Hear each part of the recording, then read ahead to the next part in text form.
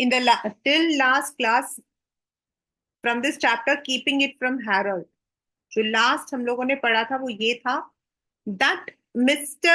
Bramble was a professional boxer and that he was such a मतलब कि such a famous person जिसका नाम newspapers में हमेशा प्रिंटिंग में रहता था एंड लेटर ऑन और जब वो अपने ऑपोजिशंस को हराता था when he used to defeat his opponents तो he used to have a complete gratitude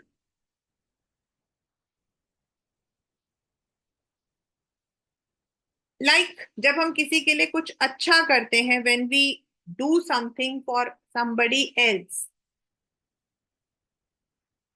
and he was that much proficient वो इतना प्रोफिशिएंट था लेकिन when his son came into this world जब हेरोल्ड पैदा हुआ तो जो उसकी इतना नेम था फेम था he had to just keep it secret उसको जो है इन चीजों को सीक्रेट में रखना पड़ रहा था बिकॉज उसको ऐसा लगा that even if his name is seen by his son अगर उसके बेटे ने उसका नाम पढ़ लिया क्योंकि उसका नाम जो है यंग पॉर्की के नाम से फेमस था तो नाउ उसको लगता था even if his son sees his name he may shiver तो ही मे डाई वो मर भी सकता है और वो अपना नाम देखकर भी शिवर करता था एंड दैट इज वाई उन सबको ऐसा लग रहा था दैट इज उसको उसकी वाइफ को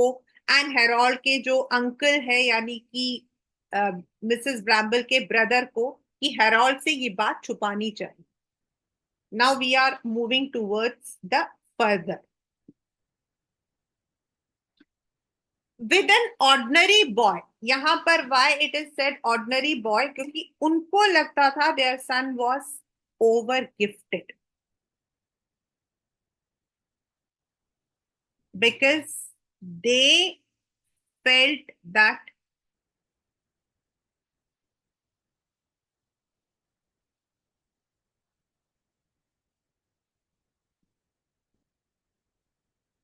extremely gifted. It would not have mattered. कोई बात नहीं थी. However, Harold was different. Why he was different? According to his parents, he was extremely gifted. He was a मतलब कि he was an epitome of perfection. उसके parents के according, Harold was an epitome of perfection.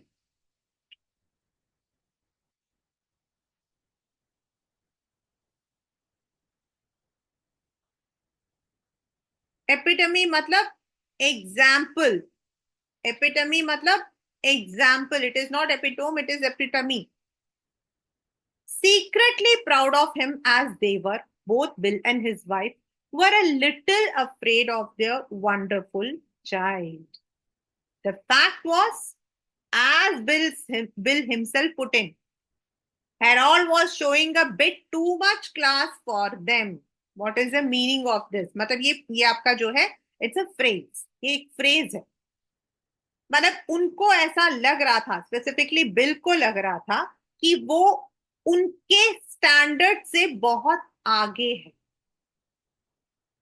उनके class से वो आगे है he had formed a corner in brains as far as the Bamble family was concerned they had come to regard him as being of a superior order मतलब उनके parents ने तो उसको अपने से बहुत सुपीरियर सोचा था उसका जो दिमाग था उसके पेरेंट्स के मतलब according he was a master formed a corner मतलब he was a master he had gained mastery मतलब उसका दिमाग जो था it was more towards academic he was perfect he was intelligent whereas उनकी फैमिली में उनका मानना था as far as the Bramble family was concerned मतलब उनकी फैमिली में उसे लगता है कि कोई भी इतना इंटेलिजेंट नहीं था जितना कि हेरोल्ड है they had come to regard him as being of a superior order, मतलब वो उनको लगता था वो उनके उनके इंटेलिजेंस, उनके घर के स्टेटस से वो बहुत आगे है। येट, ये पेपर में आता है, काफी इंपॉर्टेंट है। Yet Harold, defying the law of heredity, this is there in the question also, had run to intellect as his father had run to muscle। मतलब defying the law of heredity का मतलब क्या होता है? He did not inherit any quality from his parents. This has come in the exam। उनको ऐसा लगता था, ये सब लगता है कि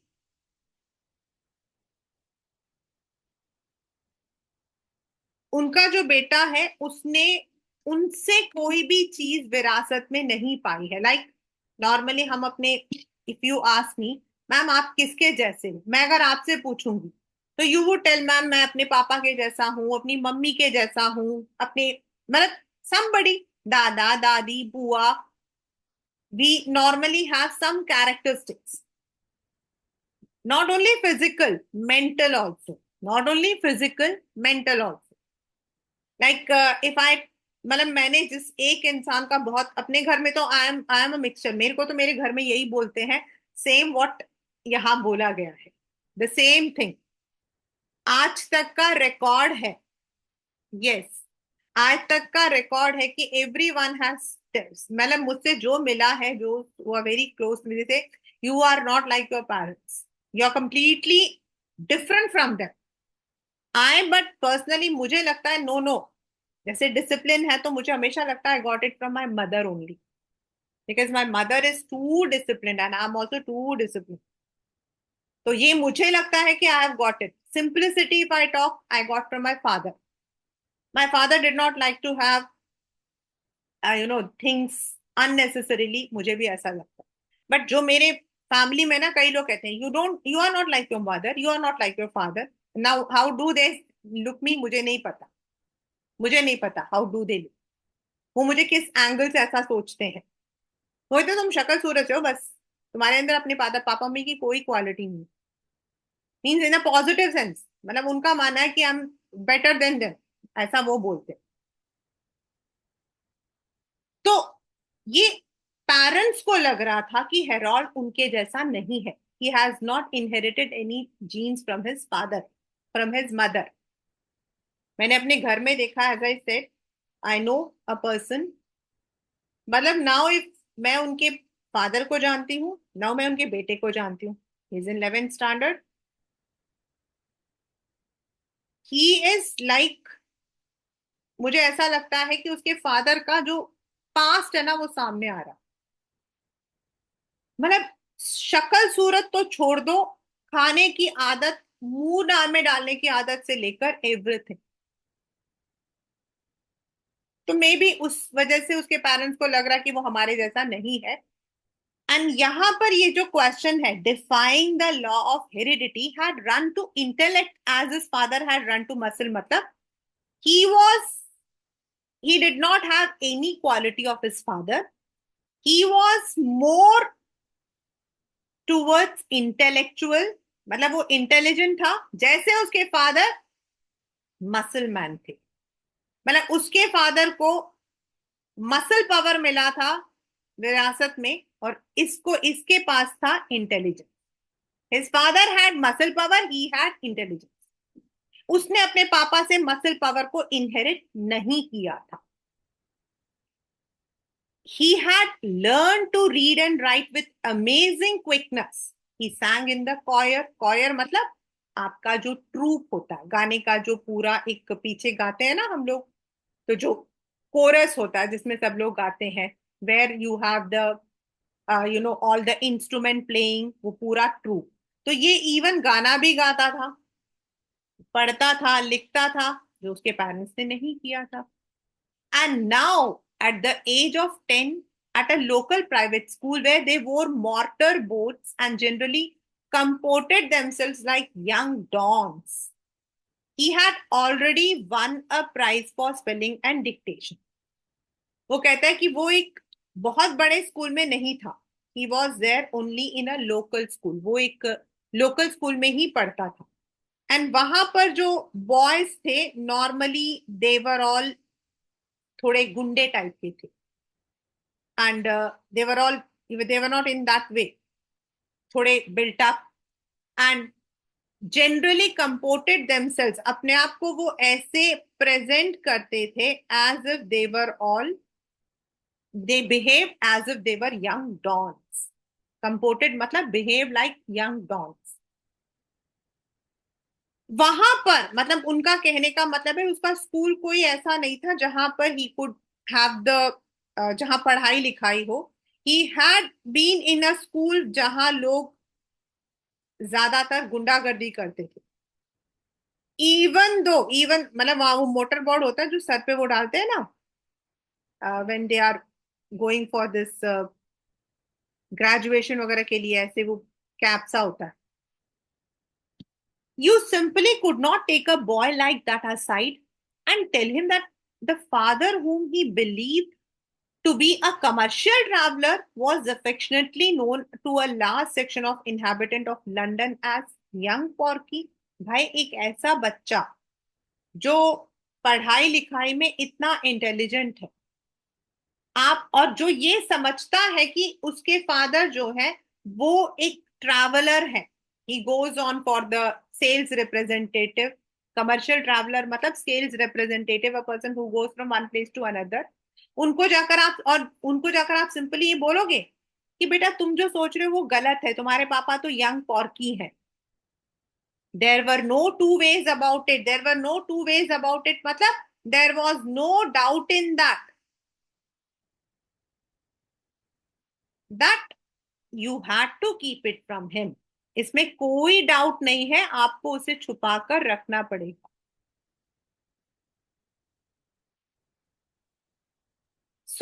और यही रीजन था कि अब तक 10 साल तक Harold did not know that his father was a professional boxer.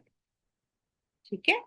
So Harold grew in stature and intelligence without a suspicion of the real identity of the square-jawed man with the irregularity-shaped nose who came and went mysteriously in the semi-detached red brick home.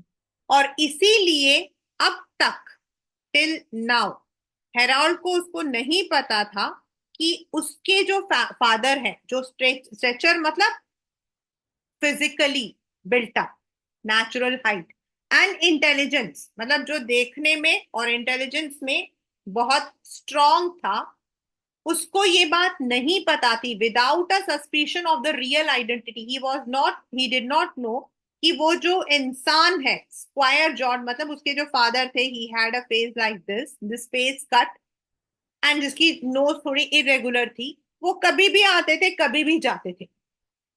who came and went mysteriously मतलब there was no time of his home coming and going. और जो उनका semi detached red brick home था उसका एक तरफ वहां पर वो आते थे जाते थे. उसको नहीं पता था what he was actually. He was growing strong physically also and mentally also. Physically also and mentally also.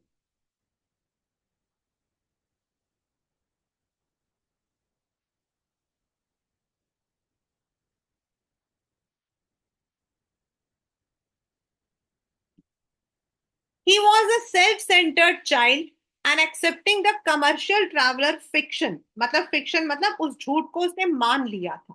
वो अपने आप में रहता था. सेल्फ सेंटर्ड मतलब he was indulged to himself. वो अपने आप में ही रहता था. Dismiss the subject from his mind. और से वो इन चीजों पे ध्यान नहीं देता था. And busied himself with the things of more moment. More moment मतलब जो उसके लिए ज्यादा important था. And time slip by. और इसी तरीके से वो जो है बढ़ता चला गया. उसने कभी इस बात पे मतलब इन पूरे इसका मतलब है कि वो जो बच्चा था उसने कभी ध्यान नहीं दिया कि उसके फादर एक्चुअल में क्या है. उसको वो अपने आप से रहता. Mrs Bramble left alone resume. अब ये स्टार्टिंग का था जब मिसेस ब्रैम्बल ये सब सोच रही थी। अब हम वहां से यहाँ पर आ गए हैं 24th में। वो ये सारी चीजें सोच रही थी। ठीक है। Resume work on the socks which she was darning. जो जिस सॉक्स को वो मेंड कर रही थी। डार्निंग होता है जब आपके छोटे से छेद हो जाते हैं ना, उनको रिपेयर करने को डार्निंग बोलते हैं। कपड़ों में जब छोटे छोटे छेद हो जाते हैं। स्टिच होता है आपका सीना। ठीक है। For the first time since Harold had reached years of intelligence she was easy in her mind about the future. मतलब इतने सालों में वो हमेशा ही बहुत वरी करती थी। पहली बार उसको लगा था, मतलब वो थोड़ा, she was now more relax. क्यों? क्यों? क्योंकि आने वाले टाइम में उन दोनों ने प्लान कर रखा था कि इस गेम के बाद बिल जो है खेलना छोड़ देगा। अब तक वो डरे हुए छुपा रहे थे, अब उनको छुपाने की जरूरत नहीं थी। A week from tonight would see the end of all her anxieties. आज एक हफ्ते के बाद सब कुछ खत्म हो जाएगा, उसकी परेशानियां खत्म हो जाएंगी। On that day bill would fight his last fight. Bill would fight his last fight. यहां पर अगर आप देखो तो दो बार फाइट है। पहली बार it is used as verb और दूसरी बार इट इज अ नाउन। वो अपनी आखिरी लड़ाई लड़ेगा। ठीक है। The 20 round contest with that American Murphy at the National Sporting Club, for which he was now training at the White Hart down the road. वो अमेरिकन मर्फी के साथ उसका मतलब की प्ले है। And right now he was getting the training for the sing. ये White Hart जो है that's a place. He had promised it would be the last. He was getting on. He was getting on मतलब वो उसकी उम्र बढ़ रही थी। He was ageing. He was getting on मतलब ही वॉज एजिंग। अब वो उम्र में बढ़ रहा था। He was 31। आपको पता है in military, cricket, sports you have an age जिसमें हमें रिटायर होना पड़ता है क्योंकि हमारी फिजिकल एबिलिटीज उसके बाद नहीं साथ देती। उसके बाद मोस्ट ऑफ दीज प्लेयर्स या तो वो लोग किसी और प्रोफेशन में चले जाते हैं या फिर वो अपना कोच वगैरह का काम करना शुरू कर देते हैं। Virender Sehwag, it's an example. He was 31 and said himself that he would have to be chucking the game before it chucked it. मतलब उसको इस गेम को धक्का देना पड़ेगा। He has to leave this game before the game leaves him. Chucking the games मतलब game को धक्का। यहाँ पर उसका कहने का मतलब है he has to leave the game before the game leaves him। मतलब भाई अगर वो इसके आगे जबरदस्ती खेलेगा तो क्या होगा? वो हार जाएगा। अगर वो जबरदस्ती खेलेगा तो क्या होगा? वो हार जाएगा। क्योंकि उसके बाद आपकी फिजिकल एबिलिटीज आपका साथ नहीं देगी। फिर उसके बाद उनके जो कोच वगैरह होंगे वो उसको मना कर देंगे कि भाई तुम मत आओ। उससे पहले वो चाहता था कि वो अपने आप ही रिटायर हो जाए। His idea was to retire from active work and try for a job as an instructor at one of those big schools और colleges। इसके बाद वो इंस्ट्रक्टर का काम करना चाहता था किसी कॉलेज या स्कूल में। He had a splendid record for respectability, sobriety, and all other qualities which headmasters demanded in those who taught their young gentlemen to box. And several of his friends who had obtained similar positions described the job in a question as extremely soft. मतलब उसके पास वो हर qualification थी। His splendid मतलब marvellous, बहुत शानदार। He was a respected person. He was a sober person, बहुत ही sober था वो। तो उसके पास वो हर चीज थी। मतलब he was not an alcohol. तो उसके पास हर चीज वो थी जो कि लोग चाहते थे, जो प्रिंसिपल्स चाहते थे कि उनके यहाँ पे जो इंस्ट्रक्टर है उसको कैसा होना चाहिए। जैसे एक टीचर के लिए क्या क्वालिफिकेशंस होनी चाहिए? if you are a teacher you need to be not only that you are having the document, you should also have the aspiration to teach. आपको टीच करने के लिए जो मॉरल वैल्यूज होनी चाहिए, डिसिप्लिन होना चाहिए, वो भी होना चाहिए। तो उसके अंदर वो सारी क्वालिटीज थी जो एक कोच में होना चाहिए। ऐसा उसके कुछ दोस्त जो अब इंस्ट्रक्टर्स थे उन्होंने भी बताया था और उसने पढ़ा भी था। इसीलिए ही वॉज एक्सट्रीमली कॉन्फिडेंट कि उसको अच्छी नौकरी मिल जाए। So that it seemed to Mrs. Bramble that all might now be considered well. All might now be considered मतलब अब सब कुछ अच्छा होगा. Everything will end well. She smiled happily to herself as she donned her sock. और वो खुश हो गई ये बात सोचकर कि अब हमें जो है हेरोल्ड से छुप छुप कर नहीं रहना पड़ेगा। तभी while she was doing all these work, she was interrupted in her meditation by a knock at the front door. She put down her sock and listened. तभी उसको कुछ आवाज आई और उसने जो है सॉक को नीचे रखा एंड वो गई देखने के लिए। Martha the general pattered along the passage, मतलब एक इंसान आया Martha, and then there came the sound of voices speaking in an undertone. फुसफुसाहट की आवाज। Undertone means something like fuzzing. Foot मतलब बहुत ही हल्की फुल्की सी। Footsteps made themselves heard the passage. The door opened. The head and shoulders of Major Percy Stokes insinuated themselves into the room. मतलब जैसे ही दरवाजा खुला तो हेड एंड शोल्डर मतलब मेजर पर्सी जो है वो अंदर आए। He came inside. The major cocked a mild blue eyed her. Cocked a blue eye, उसकी तरफ जो है उसने थोड़ा सा हल्के से उसकी तरफ देखा और उससे पूछा, हेरोल्ड तो नहीं है यहाँ पर? Harold anywhere about? तो मिसेस ब्रैम्बल ने जवाब दिया, he has gone out for a nice walk. What brings you here Percy so late? Percy ने कोई आवाज नहीं दी, उसने सिर्फ ऐसे सर हिलाया। ही देन मतलब वो चला गया, फिर वापस आया। He then reappeared this time in his entirely and remained holding the door open. दरवाजा खुला हुआ था।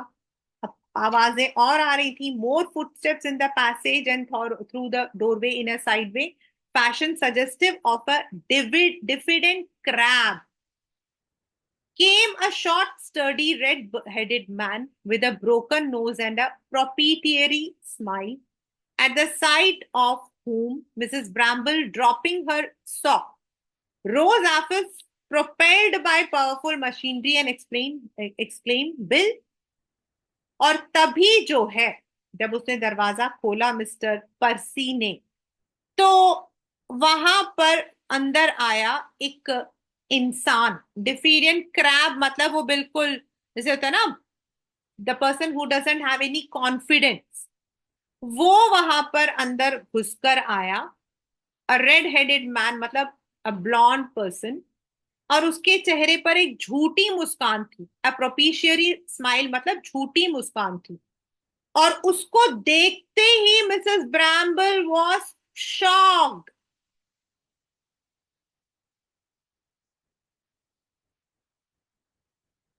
She rose as if propelled by powerful machinery. जैसे उसको किसी, जैसे मशीन को जब हम जैसे ही चालू करते तेज चलती है ना, वैसे वो एकदम झटके से उठी। She rose with a sudden jerk. Bill तुम यहां पर? ऐसे। Mr Bramble, for it was he, scratched his head, grinned feebly, and looked for assistance to the major. वो बेचारा उसके अंदर तो खुद कॉन्फिडेंस था नहीं। उसने थोड़ा सा झूठी झूठी सी हंसी, ग्रिन किया। ग्रिनिंग इज अ स्माइल, मुंह ही मुंह के अंदर अपने बालों को थोड़ी सी खुजली की और देख रहा था कि मेजर उसके हेल्प के लिए आएगा। Because he was under confident, उसके अंदर कॉन्फिडेंस नहीं था।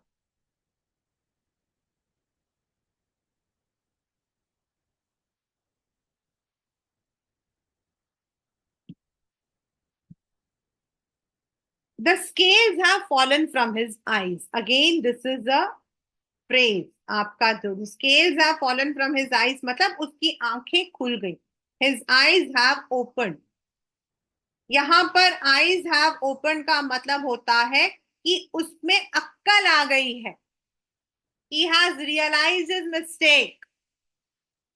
What skills? And what are you doing here? And Bill, when you ought to be at the White Hart training, कौन से स्केल्स और तुम लोग यहाँ पर क्या कर रहे हो? इस वक्त तो तुम्हें ट्रेनिंग में होना चाहिए.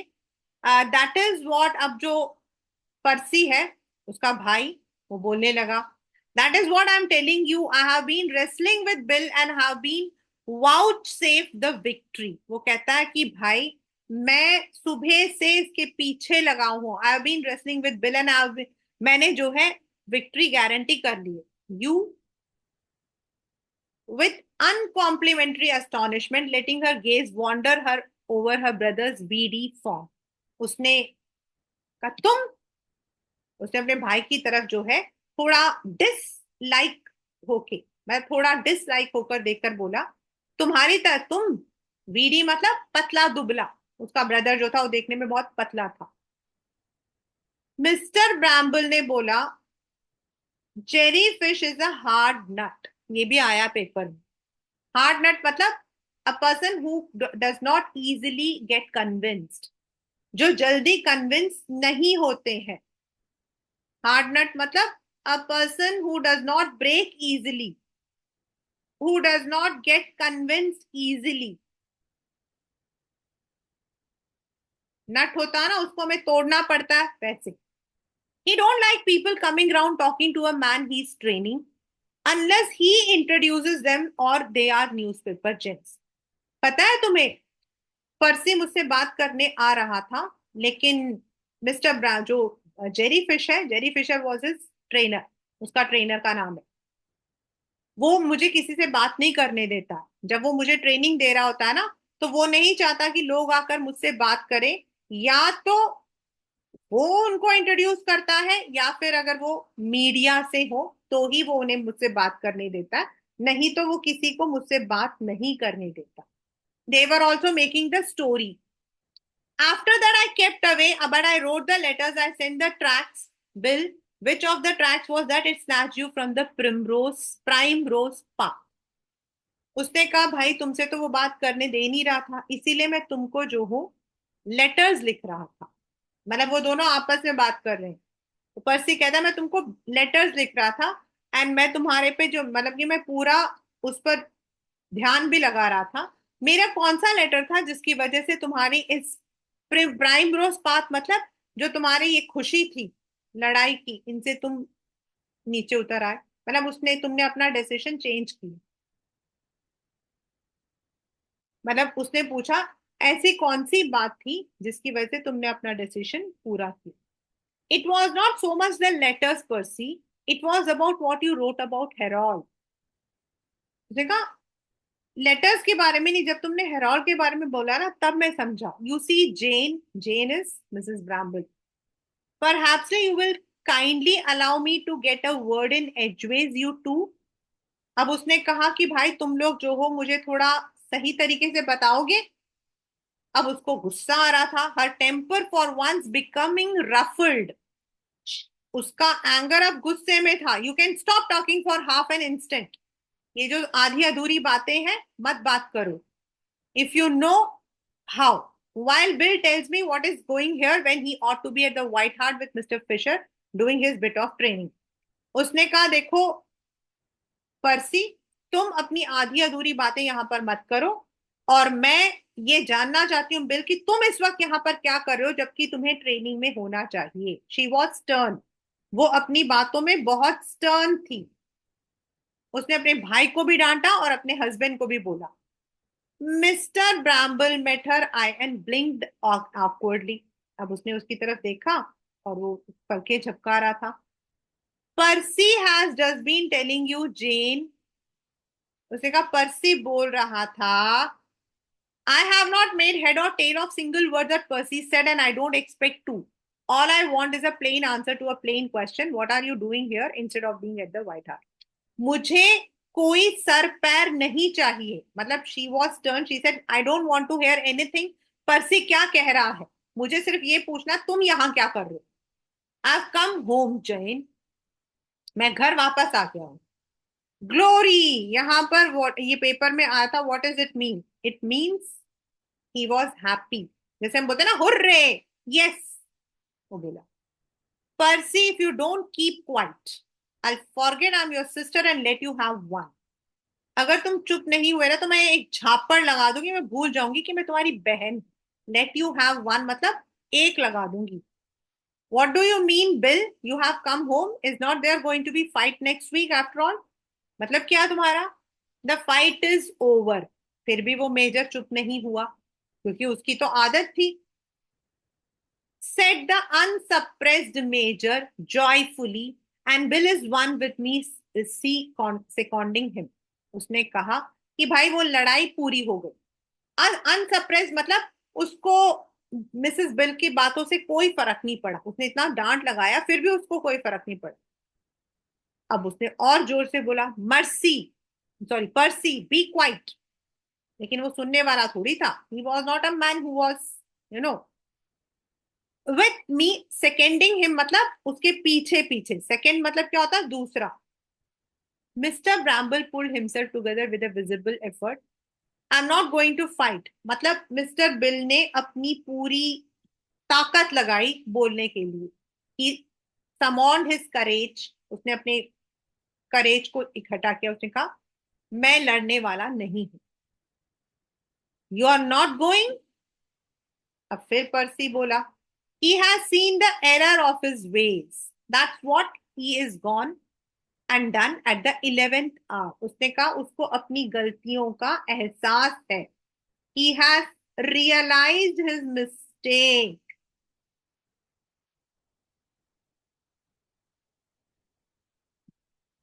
वो तो बिल्कुल शेमलेस था। उसने कहा that is what he has done at the 11th hour. At the 11th hour मतलब एट द एंड मूवमेंट।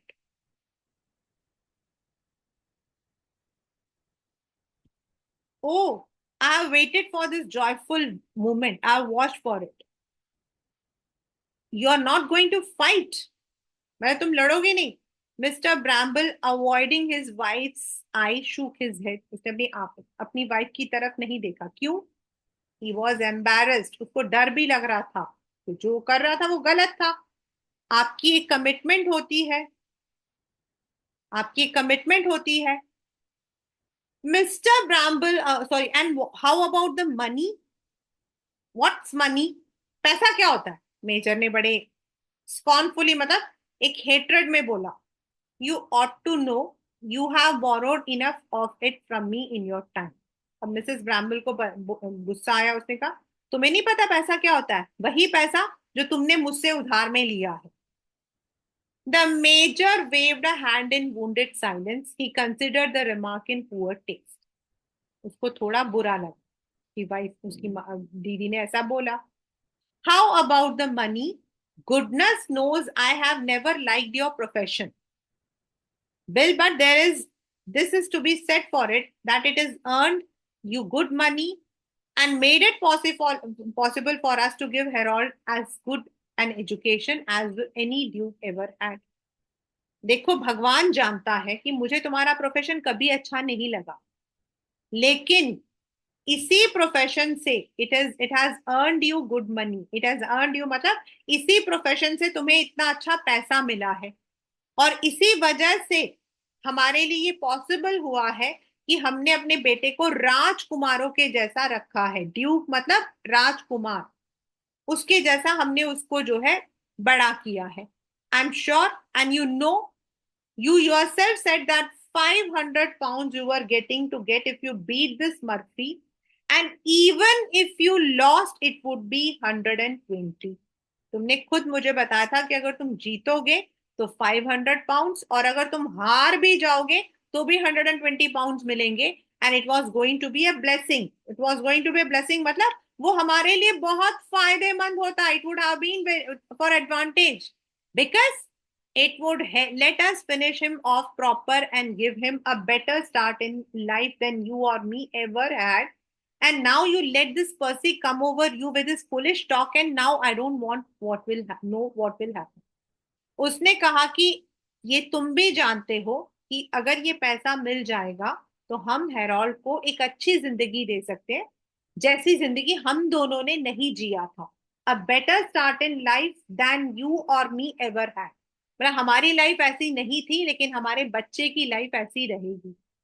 और अब तुम जो हो, इस पर्सी की बातों में आ गए हो। You let this pursed come over you, मतलब तुम उसको अपने को कंट्रोल करने को दे रहे हो अपनी बेवकूफी वाली बातों से। और अब मुझे नहीं पता कि क्या होगा।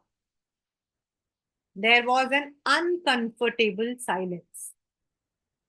Even Percy seem to be lost for words. उसको भी समझ नहीं आ रहा था उसे क्या बोलना चाहिए। Mrs Bramble sat down and began to sob. वो रोने लगी। And Mr Bramble shuffled his feet. वो अपने पैरों को इधर उधर कर रहे थे। फिर उन्होंने बोला, talking of Harold, that's really what I am driving at. It was him only whom I was thinking when I hopped it from the White Hart। जब मैं वहां से यहाँ पर वापस आ गया, मैं वहां से छुपके से यहाँ आ गया। अब उसने रीजन बताया। It would be written up in all papers instead of only sporting one. सिर्फ स्पोर्ट्स वाले सेक्शन में नहीं आएगा। जब ये गेम खेला जाएगा तो ये सारे न्यूज़पेपर्स में आएंगे। As likely no, as not there would be a piece about in the mail with a photograph of me. And you know Herald reads his mail regularly। और वो मेल वाले न्यूज़पेपर में भी आएगा। Mail is the name of a newspaper. और तुम्हें पता है कि हेरोल्ड रेगुलरली पढ़ता है। And then don't you see the fat would be in the fire. मतलब it would be a trouble. Fat would be in the fire, मतलब फिर सब कुछ आपका ट्रबल में आ जाएगा। That is what Percy pointed out to me and I seen what he meant so I hopped it। उसने कहा यही बात मुझे पर्सी ने बताया था कि भाई अगर तू खेलेगा तो तेरे न्यूज़पेपर में नाम आएगा, फोटो भी आएगी। और तुम्हारा जो बेटा है, he would come to know that you are a young porky and then it would cause all the trouble। और सारी परेशानियां आ जाएंगी। और इसीलिए मुझे आखिरी मोमेंट पर गेम को छोड़ना पड़ा। At the 11th hour. अब यहां पर मेजर ने अपनी बात बोली। You see Jane, Mr Bramble was beginning when there was a knock at the door. जब वो कुछ और बोलने वाला था तभी आवाज आई। A little ferret face man in a woollen sweater and cycling knickerbockers, shorts होते हैं ना वो साइकिलिंग वाले, entered, removing as he did so a somewhat battered bowler hat। उसने जो बाउलर हैट जैसा था वो कुछ पहना था, उसको हटाते हुए वो अंदर आया एक इंसान। Beg pardon Mrs Bramble. और आते ही उसने बहुत तमीज से बोला कि देखो जरा, मतलब मिसेस ब्रैम्बल सॉरी, मतलब मैं ऐसे आ रहा हूं। In western countries there is always a courtesy. मतलब वो लोग जो है काफी कर्टसी में रहते हैं। ये दिस इज अ, ये मैंने भी सीखा था when I was in my school. When they meet someone they greet normally. जैसे हमारे यहाँ हम लोग नमस्ते करते हैं, वैसे वो ग्रीट करते हैं। गुड, एंड दे नॉर्मली से प्लीज, थैंक यू, ये जो वर्ड्स होते हैं दे यूज इट। दैट्स अ, मतलब that's a way of their, उनके उसमें ऐसा ही होता है। तो इसीलिए उसने उसी तरीके से बोला। वेन देर वॉज, मतलब उसने बोला कि दरवाजा खुला था। Front found the front door ajar. Ajar मतलब ओपन। अजार मतलब ओपन। बाहर का दरवाजा खुला था। To ask you if had happen to have seen. और मैं इसलिए ये पूछने आया था कि क्या तुमने एक्चुअली वो किसको ढूंढते हुए आया था? मिस्टर बिल को। He broke off and stood staring wildly at the little group. Little group मतलब Mrs Bramble, Mr Bramble and Percy. Little group मतलब वो तीनों। I thought so, he said and shot through the air towards. मुझे लग ही रहा था। उसने पर्सी की तरफ देखा और पॉइंट आउट करते हुए बोला, मुझे लग ही रहा था। जेरी, अब बिल ने बोला जेरी, मिस्टर फिशर। तभी मेजर ने बोला, be reasonable, said the major, diving underneath the bell. और वो टेबल के नीचे जाके छुप गया। And coming up the other side like a performing seal. Seal की तरह वो इधर से उधर, क्योंकि वो डर रहा था, उसे पता था कि फिशर उसको पटक देगा. Let me get at him, beg the intruder. Intruder मतलब a person who enters any place without permission. घुसपैठ, जो दूसरों की जगहों पर बिना परमिशन के अंदर आता है. Struggling to free himself from Bill's restraining arms. उसको बिल ने पकड़ा हुआ था, वो अपने आप को छुड़ा रहा था. उसने कहा मुझे उसको पकड़ने दो जरा. Mrs Bramble rapped on the table. उसने एक जोर से टेबल के ऊपर हाथ लगाया. उसने कहा kindly remember there is a lady present mister Fisher. उसने कहा ये मत भूलो कि यहाँ एक औरत भी है. It is in front of women. It is considered undignified to fight, to use abuse words. आजकल तो भगवान की दया से लड़कियां भी गालियां देती हैं, बट नॉर्मली एक अच्छी फैमिली में ये सारे डिसिप्लिन के रूल्स हैं. क्लास 9. एक अच्छी फैमिली में औरतों के सामने झगड़ा नहीं करते, गाली गलौच नहीं करते हैं, मारपीट नहीं करते हैं. दैट्स अ व्हाट वी से कर्टेसी, डिसिप्लिन, मॉरल एटिकेट्स. ये सब मॉरल एटिक्स होते हैं जहां हम औरतों के सामने गालियां नहीं देते हैं. Normally women are not, women are respectful. तो उनके लिए हम रिस्पेक्टेड होते हैं, तो उनके सामने हम ये सब चीजें नहीं करते.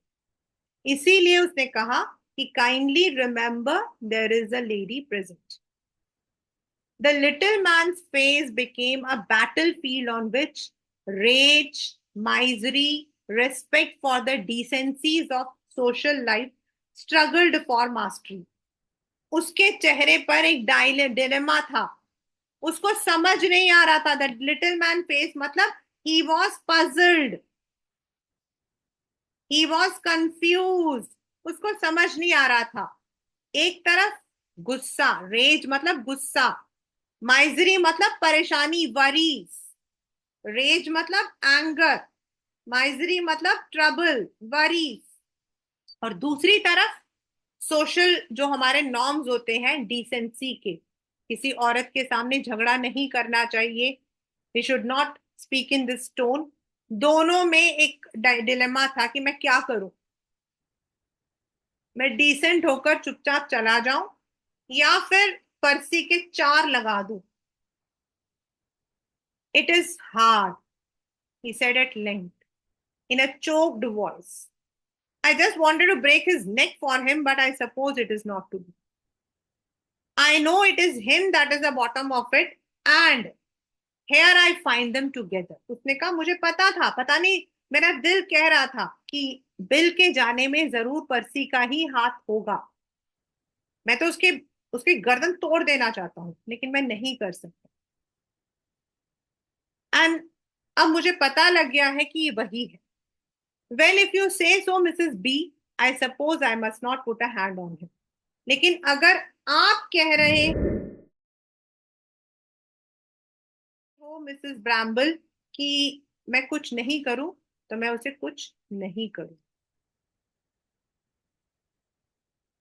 मतलब this was how things were going. मतलब एक टेबल था, टेबल के इस तरफ मेजर था, इस तरफ आपके बिल और फिशर खड़े थे, और फिशर जो है वो पर्सी को 4 लगाना चाहता.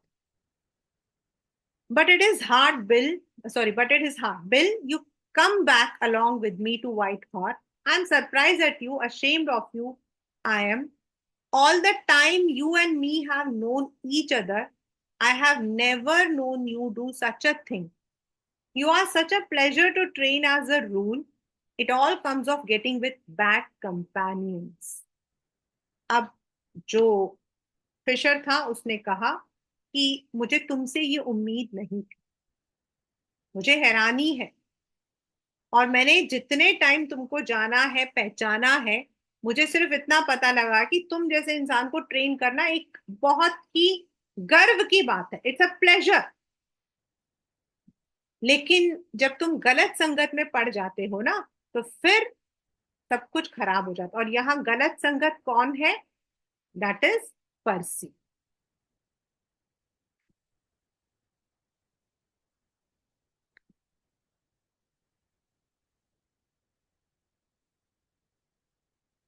right? So today what we have learnt is that Bill was a professional boxer.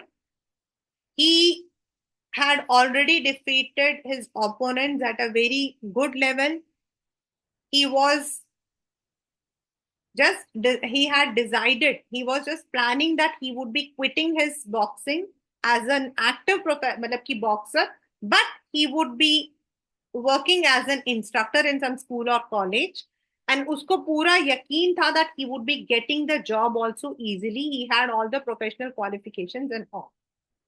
अब ये सारा उन लोगों ने जो सोचा हुआ था, that was all going according to the plan.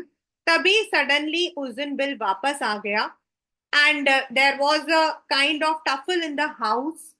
और जो उसका ब्रदर था वो बार बार अपनी नोज पोक कर रहा था और वो कह रहा था कि बिल अब नहीं खेलेगा. फिर बिल ने उसको रीजन बताया that if he played and if he gets into, उसका पिक्चर जो उसका जो उसकी जो पिक है वो न्यूज़पेपर में आएगा और हेरोल्ड को पता लग जाए. Mrs Bramble was not in support of this, क्योंकि उसको सिर्फ ये था कि उनके पास पैसा आ जाएगा, वो अपने बच्चे को अच्छी परवरिश देंगे. अभी ये सारी बातें हो रही थी कि एक और इंसान आ गया and that was Jerry Fisher, the trainer of Bill, जो आकर गुस्सा कर रहा था. लेकिन मिसेस बिल ने उसको समझाया that in front of a women he is not suppose to be indecent.